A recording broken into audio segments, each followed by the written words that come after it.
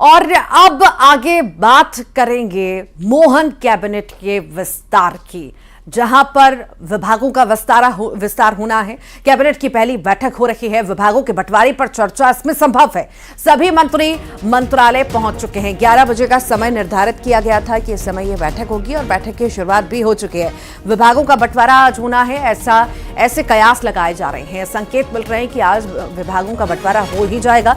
पहली कैबिनेट की बैठक, मंत्रिमंडल के बाद पहली कैबिनेट की बैठक आज हो रही है। बेहद खास इसे हम मान सकते हैं और कहीं ना कहीं उम्मीद भी लगा सकते हैं कि शायद आज हो सकता है विभागों का बंटवारा हो जाए। इंतजार सभी को, आखिर किसके खाते में कौन सा विभाग आएगा, ये इंतजार सभी कर रहे हैं।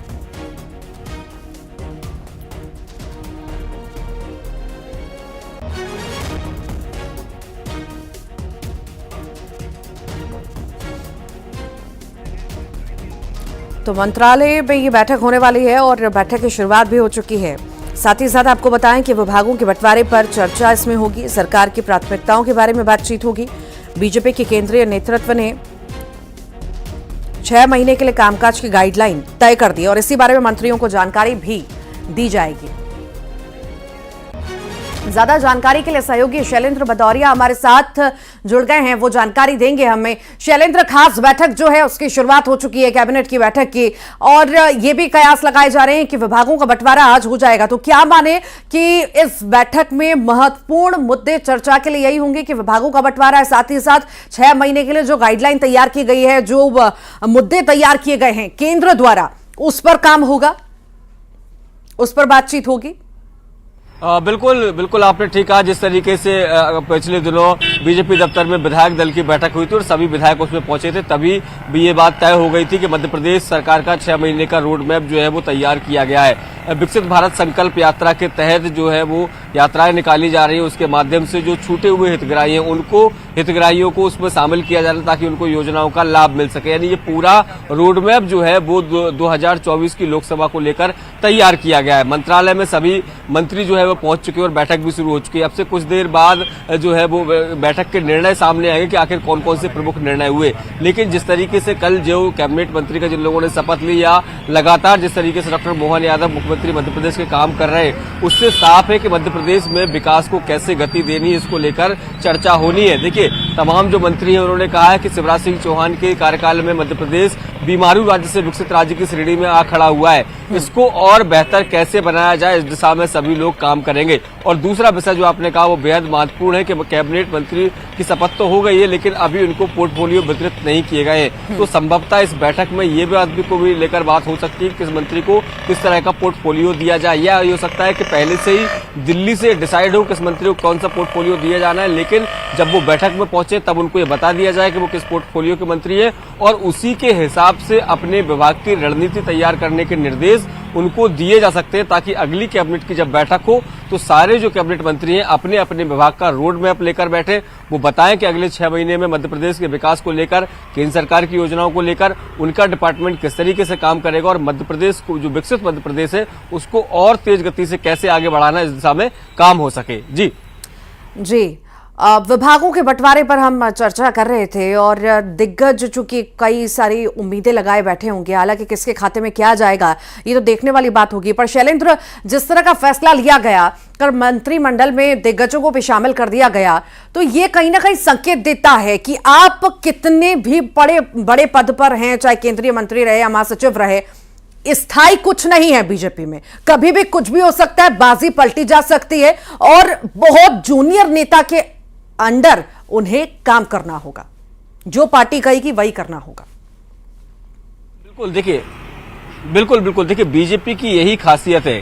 संगठन का जो आदेश होता है वो हर कार्यकर्ता को मानना होता है, या ये कहे कि सर्वमान्य निर्णय जो है वो लिए जाते हैं। देखिए, इस पूरे मामले में भी इसी तरीके से हुआ। जिस तरीके से मुख्यमंत्री के दौड़ में देखिए तमाम जो दिग्गज थे वो लगातार दौड़ में थे, लेकिन उनको मुख्यमंत्री का पद तो नहीं मिला। अब वो कैबिनेट मंत्री के तौर पर डॉक्टर मोहन यादव के साथ वो काम करते नजर आएंगे। देखिए तमाम जो नेता है, प्रहलाद पटेल है, केंद्र सरकार में मंत्री रहे, कई बार के सांसद है। बात वही है ना शैलेंद्र यहाँ पर कि जो मुख्यमंत्री की रेस में थे, मुख्यमंत्री की दौड़ में लगातार चल रहे थे, ऐसे कयास लगाए जा रहे थे कि इन्हें बड़ी जिम्मेदारी दी जा सकती है, पर उन्हें वो जिम्मेदारी तो नहीं मिली, पर उन्हें मंत्रिमंडल में शामिल कर लिया गया, वो भी एक जूनियर नेता के नीचे। तो कहीं ना कहीं बहुत ज्यादा मुश्किल होने वाला आने वाले समय में कहीं ना कहीं बीजेपी के लिए। बहुत शुक्रिया फिलहाल के लिए।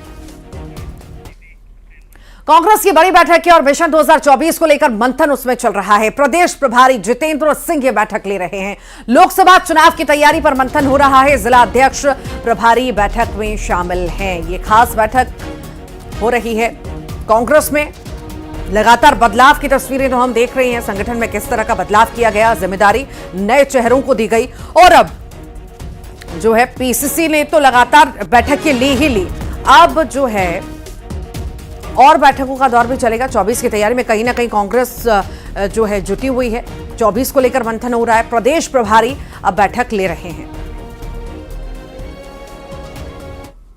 के बाद कांग्रेस में लगातार बैठकों का और मंथन का दौर जारी है। जितेंद्र सिंह को कांग्रेस का प्रभारी बनाया गया है और वो पहली बार भोपाल आए हैं। आज कांग्रेस की बड़ी बैठक है और कांग्रेस आने वाले लोकसभा के चुनावों पर इस पूरी बैठक के जरिए फोकस करती हुई नजर आ रही है। कांग्रेस आगामी रणनीति बनाने में जुटी हुई है और कांग्रेस की ये कोशिश है कि जो विधानसभा चुनाव के परिणाम रहे हैं उनमें बदलाव कर लोकसभा में और बेहतर जो परिणाम है वो लाए जाएं।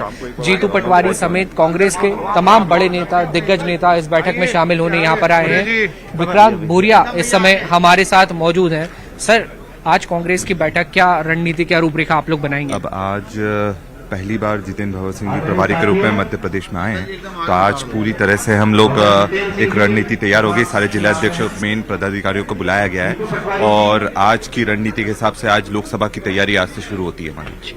लोकसभा की तैयारी के लिए आज की जो पूरी बैठक है वो कांग्रेस आयोजित करने जा रही है। नेता प्रतिपक्ष, उप नेता प्रतिपक्ष समेत तमाम जो बड़े नेता हैं वो इस पूरी बैठक में शामिल होने पहुंचे हैं और अब देखना होगा कि कांग्रेस में ये मंथन का दौर आने वाले समय में कितना रंग लाता है। खास बात यह भी है कि आज पीसीसी में कोई मंच नहीं है, बल्कि जमीन पर बैठकर पारंपरिक रूप से बैठक कर कांग्रेस जमीन से जुड़े होने का संदेश भी देने की कोशिश कर रही है। वीडियो जर्नलिस्ट मनीष सिंगर के साथ न्यूज 18 के लिए भोपाल से वासु चौरे। शबद कीर्तन का कार्यक्रम चल रहा है। प्रधानमंत्री नरेंद्र मोदी वहां पर पहुंचे हुए हैं और क्या कुछ कह रहे हैं वो ये आइए आपको सुनवाते हैं।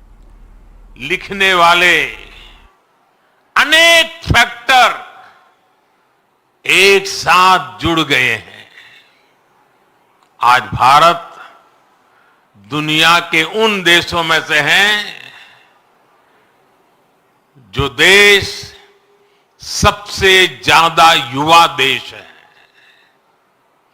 इतना युवा तो भारत अपनी आजादी की लड़ाई के समय भी नहीं था। जब उस युवा शक्ति ने देश को आजादी दिलाई तो ये विशाल युवा शक्ति देश को जिस ऊंचाई पर ले जा सकती है वो कल्पना से भी परे है।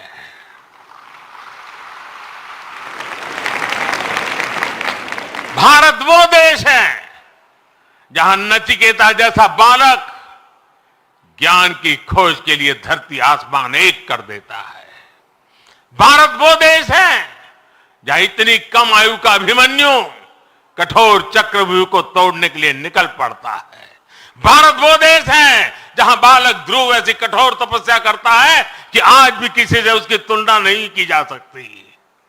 भारत वो देश है जहां बालक चंद्रगुप्त कम आयु में ही एक साम्राज्य का नेतृत्व करने की ओर कदम बढ़ा देता है। भारत वो देश है जहां एकलव्य जैसा शिष्य अपने गुरु को दक्षिणा देने के लिए अकल्पनीय कर्म करके दिखा देता है। भारत वो देश है जहां खुदीराम बोस, बटुकेश्वर दत्त, कनकलता बरुआ, रानी गाइडिनल्यू, बाजी राउत जैसे अनेकों वीरों ने देश के लिए अपना सब कुछ न्यौछावर करने में एक पल भी नहीं सोचा। जिस देश की प्रेरणा इतनी बड़ी होगी उस देश के लिए किसी भी लक्ष्य को पाना असंभव नहीं है। इसलिए मेरा विश्वास आज के बच्चों, आज के नौजवानों पर है। भविष्य के भारत के कर्णधार यही बच्चे हैं। अभी यहां जिन बच्चों ने मार्शल आर्ट्स का प्रदर्शन किया, उनका अद्भुत कौशल दिखाता है कि भारत के वीर बालक बालिकाएं का सामर्थ्य कितना ज्यादा है।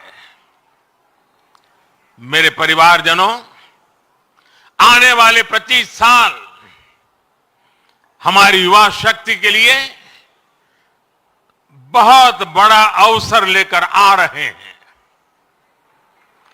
भारत का युवा किसी भी क्षेत्र में, किसी भी समाज में पैदा हुआ हो, उसके सपने असीम है। इन सपनों को पूरा करने के लिए सरकार के पास स्पष्ट रोड मैप है, स्पष्ट विजन है, स्पष्ट नीति है, नियत में कोई खोट नहीं है।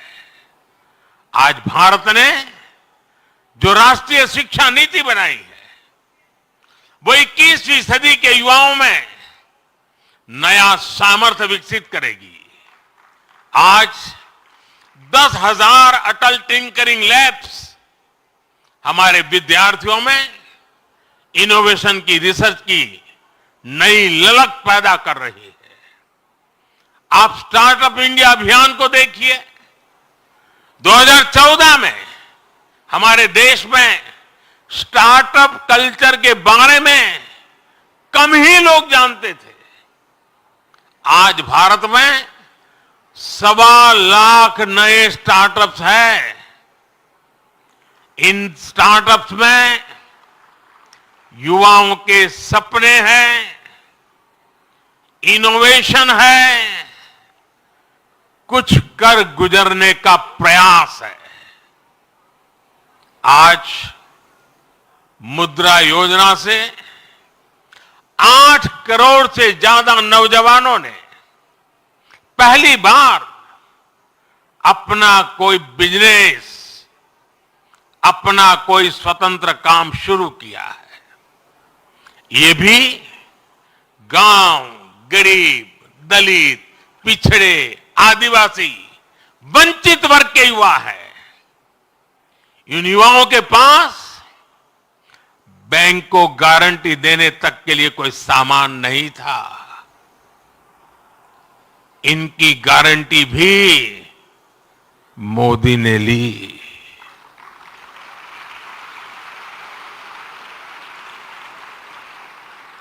हमारी सरकार इनकी साथी बनी। हमने बैंकों से कहा कि आप भयमुक्त होकर युवाओं को मुद्रा लोन दीजिए। लाखों करोड़ रुपए का मुद्रा लोन, इसे पाकर करोड़ों युवाओं ने आज अपना भाग्य बदल दिया है। साथियों, हमारे खिलाड़ी आज हर इंटरनेशनल इवेंट में नए रिकॉर्ड बना रहे हैं। इसमें से अधिकतर युवा गांवों से, कस्बों से, गरीब और निम्न मध्यम वर्गीय परिवारों से ही है।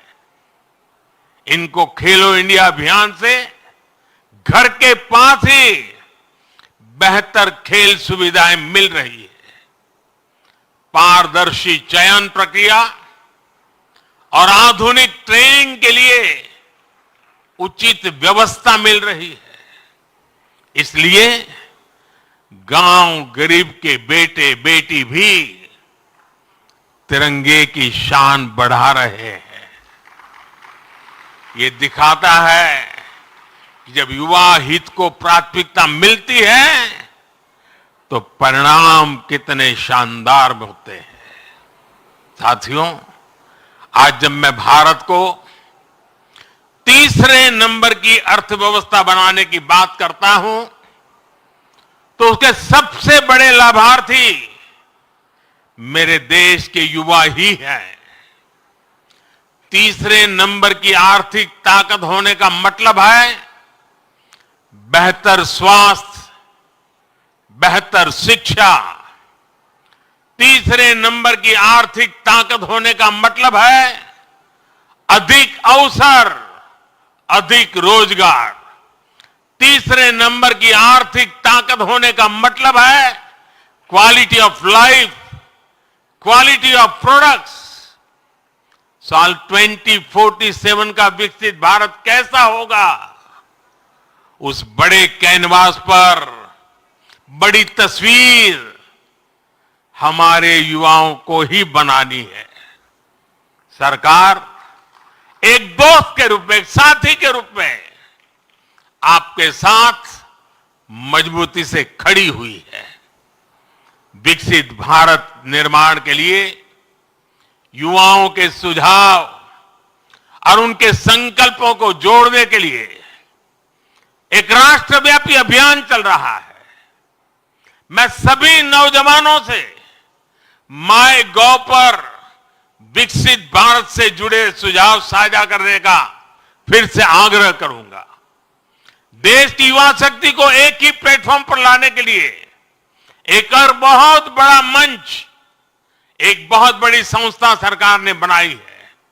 ये संगठन है, ये मंच है मेरा युवा भारत, यानी माय भारत।